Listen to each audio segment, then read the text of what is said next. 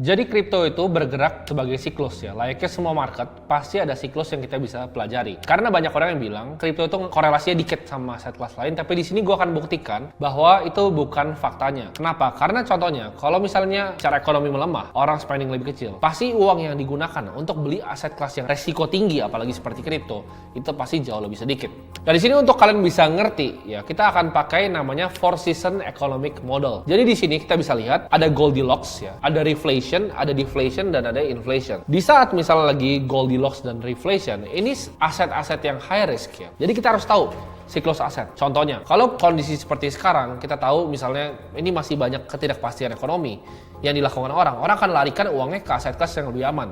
Makanya sekarang aset tuh berputar. Jadi aset tuh selalu di siklusnya. Misalnya sekarang ini lagi di government bonds sama money market. Nextnya bisa ke saham. Nextnya ke crypto. Nextnya misalnya ke komoditas. Itu selalu berputar. Karena awalnya kan misalnya 2021 kemarin. Ukraina dan Rusia. Oh komoditas boom sampai di 2022. Oil, Newcastle, harga batu bara itu skyrocket. Habis itu ditampung sama apa? Sama money market. Money market, bonds, obligasi. Nanti begitu bull run, ntar ditampung sama saham, ditampung sama crypto. Di atas itu ada Goldilocks dan juga reflation. Di mana orang sebutnya itu economic summer. Risky aset itu bagus di saat economic summer, contohnya seperti saham dan kripto. Dan di bawah tuh ada inflation dan deflasi. Di mana risky aset turun. Jadi kita harus tahu kapan uang itu pindah dari aset ke aset sesuai aja siklusnya kayak gue bilang tadi. Selalu ada timingnya antara money market ke saham, antara government bonds ke kripto. Jadi di saat Goldilocks dan reflation ya, di summer itu kita panen. Di saat winter kita justru koleksi. Jadi nanti begitu Goldilocks sama reflation nih 2024 2025 kita panen, tapi justru di 2022, 2023, 2024 awal itu kita pupuk dulu tuh. Koin-koin yang kita suka kita pupuk dulu. Kenapa? Karena kita tahu oh ini lagi nggak bagus nih, ini lagi bukan economic summer, lagi bukan Goldilocks sama reflation. Nanti begitu Goldilocks sama reflation kita sikat. Jadi kita harus bisa ngelawan herding behaviornya orang-orang. Karena orang-orang bisa kebalik tuh mindsetnya. Sebagai investor yang jago, kita harus kontrarian. Kita punya mindset yang orang lain nggak bisa lihat. Bahkan kalau kita ngerti tentang misalnya futures market, kita bisa tahu nih, lagi bukan summer, lagi winter, kita sourcing aset-aset seperti Nasdaq, seperti Bitcoin, seperti Ethereum. Begitu naik baru kita beli lagi, kita long gitu. Itu bisa mainnya seperti itu. Jadi antara siklusnya kita bisa manfaatin. Karena orang di kripto itu banyak yang nggak mau realize profitnya. Begitu udah tinggi ya, mereka tunggu lagi sampai winter lagi. Kalau kita nggak, karena kita tahu siklusnya. Begitu nanti siklus selesai, kita TP ya, kita tunggu lagi untuk koleksi lagi. Kita tahu Bitcoin itu ada siklusnya, ada halvingnya 2020, 2024, 2016. Kita harus tahu tuh kapan dia halving segala macam. Jadi kita tahu seperti apa siklusnya bergeraknya. Nah jadi ini gue akan bagi keempat ya. Yang pertama adalah spring, summer, fall, winter. Jadi spring itu adalah early recovery. Nah untuk carinya kapan, nanti gue akan ajarin abis ini. Summer itu growth ya. Jadi summer itu kita bisa panen raya itu summer. Kalau kan bull run kayak Bitcoin 69.000 ya kan, 68.000. Abis itu nextnya ada fall. Ya mulai turun, ya kan, mulai turun 40.000. Terus ada winter recession. Pas winter apa yang terjadi? Oh Luna collapse, ya kan, Three Arrows collapse, FTX collapse, FTT collapse. Itu pas winter tuh. Nah winter kalau udah bottom ya kita akumulasi sampai ke spring lagi, ya early recovery. Jadi ini kayak ibaratnya kayak musim-musim. Kita harus tahu kita lagi di musim yang mana.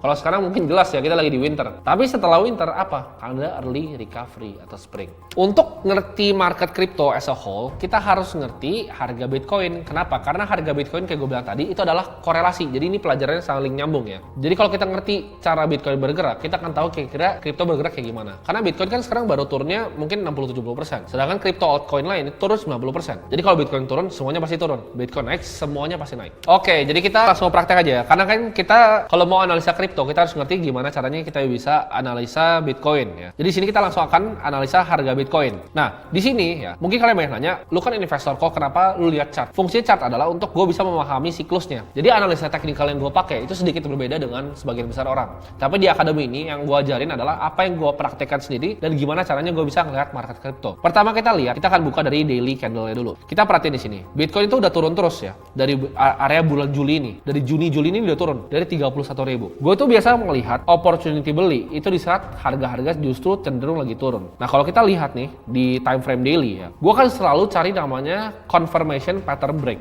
Jadi di sini kita lihat nih, begitu dia mulai naik di sini ya. Ini dia akan bikin higher low, higher low, higher low. Sampai ini di break, dia bikin lower low, lower low, lower low. Jadi teknikal gue tuh nggak ribet. Gue cuma lihat patternnya aja. Gue nggak hafalin. Misalnya ini ada engulfing apa, gue nggak pernah hafalin.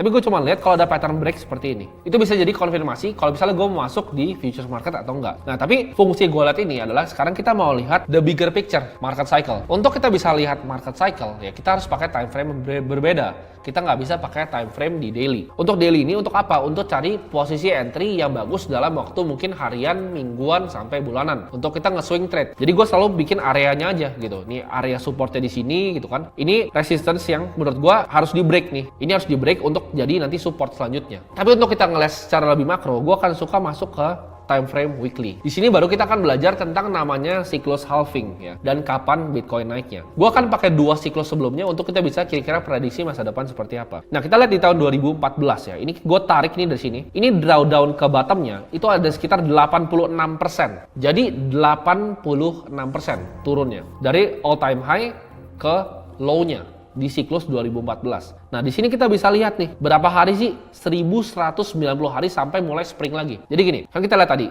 ada economic cycle-nya kan. Ini winter nih, ya set kan. Winter berarti ini hampir setengahnya. Winternya itu sekitar 500-an hari. Begitu dia udah mulai naik, ini 1190 hari. Sampai dia mulai ke spring. Ini summer nih, ya kan? Mulai lagi nanti dia akan winter lagi. Jadi gua akan summer, winter ya kan. Mulai summer, winter lagi. Nah, siklus selanjutnya kita lihat. Dia all time high, turun ke bawahnya itu 82%. Sebelumnya kan 86%, sekarang 82%. Mungkin kalian tanya, kapan recovery lagi? Kapan bottom lagi? Ini kan udah terbukti secara historical. Mark Twain bilang, history itu memang nggak repeat itself, tapi history itu rhyme. Ya, jadi kita bisa belajar dari harga-harga historis sebelumnya. Nah, kita lihat di sini. Ini berapa lama nih ya jaraknya? Kita cari misalnya time range-nya nih.